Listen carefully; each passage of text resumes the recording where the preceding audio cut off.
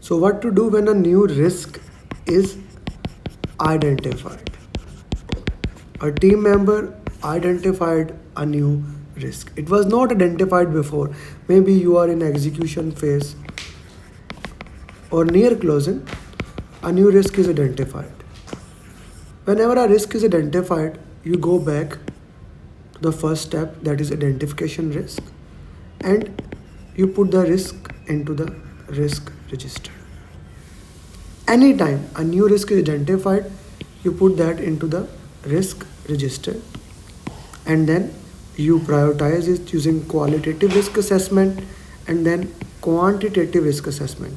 You make response of that positive opportunity or a negative risk, that is threat.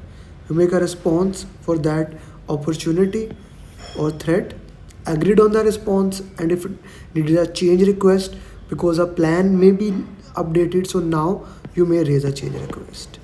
Now you may raise a change request, not before. This is an important and critical step to identify.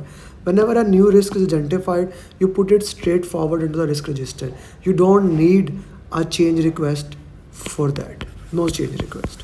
But when you rank it, prioritize it, and make a response for it, and as a result of the response of that risk register, you have to basically change a plan or a baseline.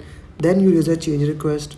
Once the change request is approved, you update the risk response plan, which is a part of the risk register, and then a risk owner look for the trigger of the risk.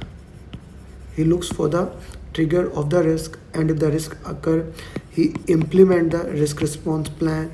If it is effective, you update the risk register. You check for the residual risk, or if there's a secondary risk, you will update the plans accordingly. So this is when a new risk is identified. I hope that makes sense to you. Is it clear or not? Put it in the chat box or comment wherever you are watching. I would like to interact with you. And if you are watching on YouTube, do subscribe it, share it, because my mantra is each one teach one, and we can only do that when we reach more people and you guys can help us. So each one teach one is the mantra of the game.